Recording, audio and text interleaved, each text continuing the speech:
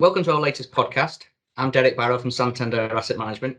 I'm joined this afternoon by our Global Head of Macro, Tactical Asset Allocation and Alpha, Hayden Davis. Good afternoon, Hayden. Good afternoon.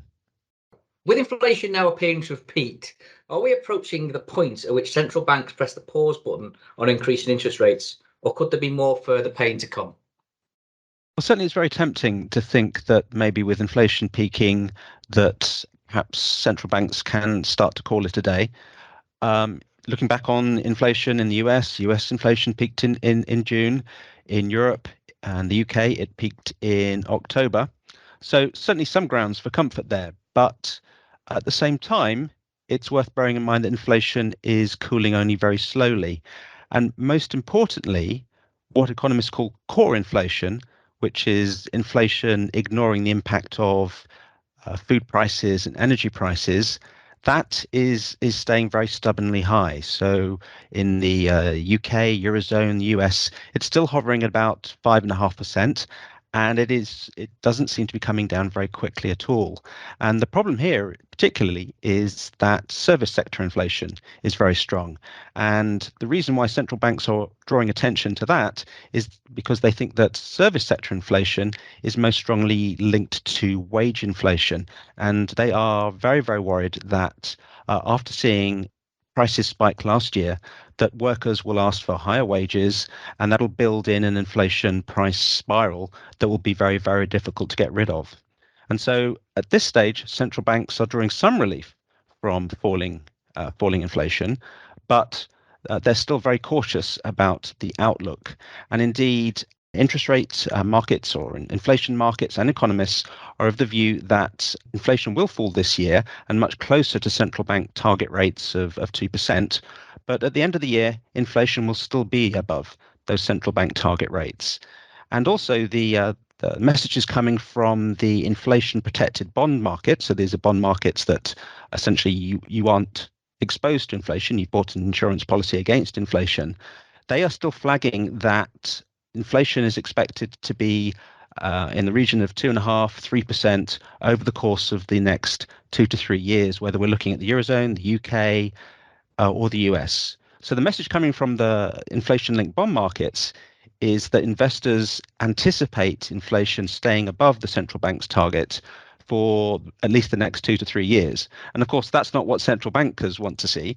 They want to see that inflation expectations are under control, because that suggests that firms won't continue raising prices each January, and that workers won't keep asking for new or above inflationary pay rises each time they get a pay deal. So central bankers are going to remain very cautious. And indeed, in the last couple of weeks or so, we've seen the markets take back their view that by the end of this year, US interest rates could be falling. And the fact that also that the Federal Reserve and the Bank of England could be done very, very soon in terms of raising interest rates.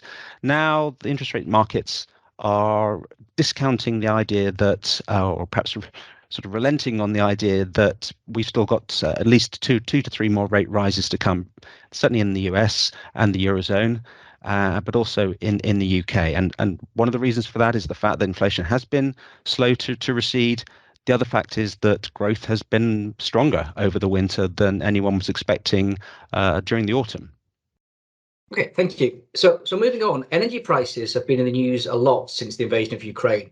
But now natural gas prices in the UK and Europe have fallen to their lowest level in 18 months and are at a quarter of their peak last year.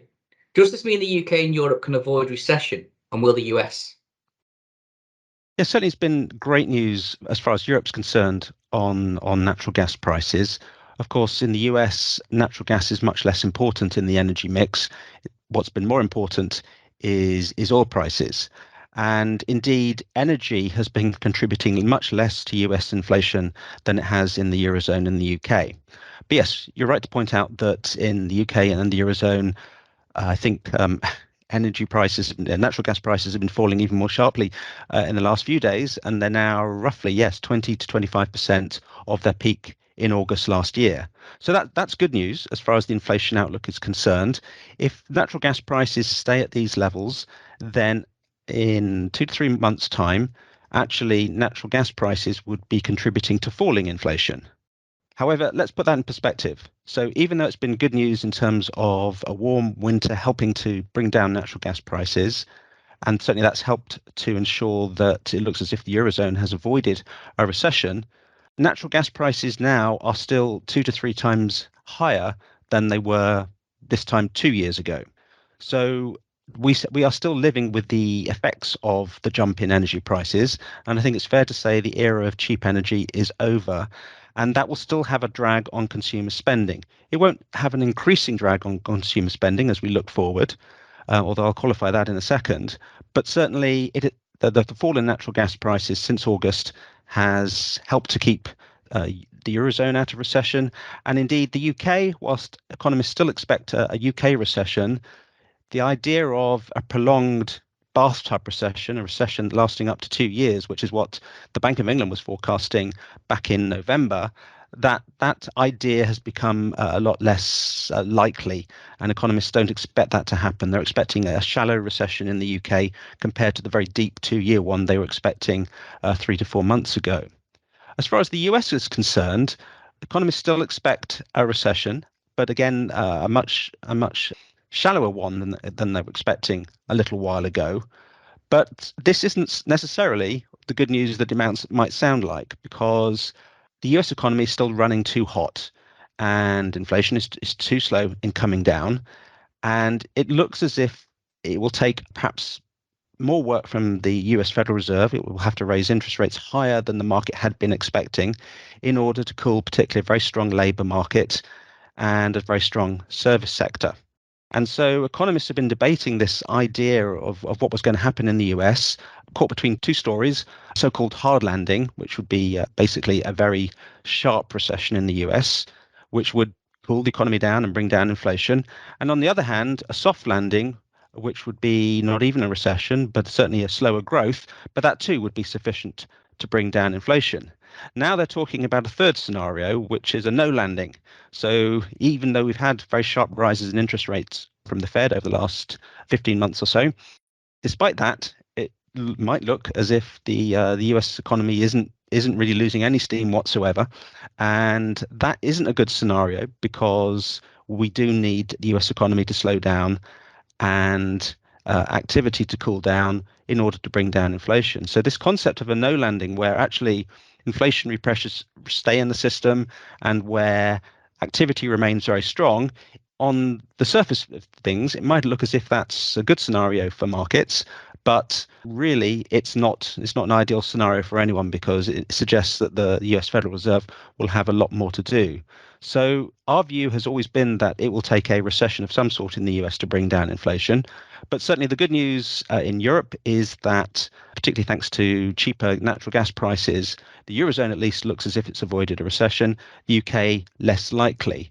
But one word of warning there is that last year natural gas prices peaked not in the winter, they peaked in August, which is when Europe was trying to fill up its storage tanks. And so looking further ahead, there's the real danger that this fall in natural gas prices might give people perhaps a false feeling of comfort, and that natural gas prices could start to rise again in the late summer, autumn, again as the Europeans start to try to fill up their storage tanks ready for next winter. And not to be too pessimistic, if we've had a really warm winter this winter, I certainly wouldn't bet on the same happening next year.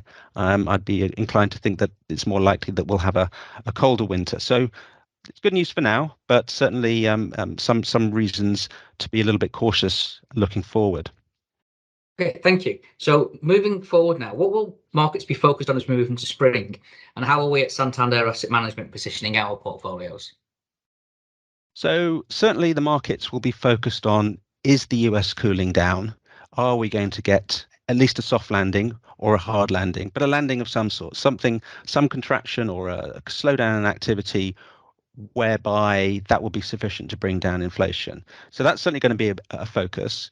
The winter's been very difficult for economists because, just like in the Eurozone, it's been a pretty mild winter in the US. So, for example, there was no snow in New York in January for the first time, I think, in about 50 years. So this has made it very difficult to untangle what's really going on with the economy and actually what's due simply to the fact of some temporarily good weather. So economists and the markets are going to be trying to work out if the economy is cooling sufficiently to bring down inflation. They're also going to be paying a lot of attention to what's happening in China. So because of the rolling lockdowns that we've had over the last 2 to 3 years in China in order to keep COVID under control, and now with the more recent opening up of the Chinese market and the strong wave of COVID that broke over China, activity in China has been unusually depressed compared to what we would normally expect.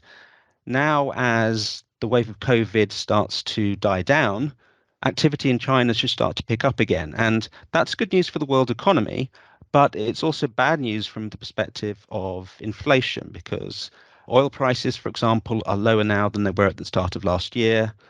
Natural gas prices have been helped by the warmer winter in the Eurozone, but also by the fact that Asian economies haven't been buying as much natural gas as they would have done because activity in China and the rest of Asia has been depressed. But as China reopens and reemerges into the world economy, that would suggest that oil and natural gas prices will start to push higher as demand for those picks up, and Europe will have to compete with demand for Asia. And so economists will be looking for that. Markets will be very much focused on that. And the idea that there could be a second wind in inflation coming from China rejoining the market economy is certainly something that will be concerning central bankers and will be a key focus for markets as we head into the spring. And well, the other thing that markets will be looking for is really just how strong a slowdown we will see in the US. So most economists think, and in the Federal Reserve is I would include in this, most economists think that a recession is necessary to bring down inflation. And so the real question mark is just how strong a kind of a recession we get, just whether we get that hard landing, soft landing, or something in between. And in terms of our market positioning, well, we're certainly, as we've been moved a lot more optimistic on the outlook for bonds in recent months. Certainly, central banks are nearing calling it a day in terms of raising interest rates. By and large, markets expect perhaps 3 more 25 basis point increment rises in the US and similarly in the UK. So that is a more promising environment for bonds when we can actually see the end of the interest rate cycle. In terms of equities, we certainly have changed our view to be a little bit more upbeat based on the fact that the winter turned out to be much stronger than anyone was expecting. But we're still a little bit cautious because we do think that a recession is what it takes to get inflation out of the system, particularly in the US. So it's certainly not blue skies for equity markets, but certainly the better than expected news over the last 2 to 3 months has perhaps given us a bit of more reassurance on the outlook for equities. Excellent. Thanks, Hayden, for such a detailed update. Thank you for listening to our latest podcast. The views expressed in this podcast are the views and opinions of Santander Asset Management UK and do not constitute investment or financial advice. If you want to explore more of our views and thoughts, please visit our website at santanderassetmanagement.co.uk.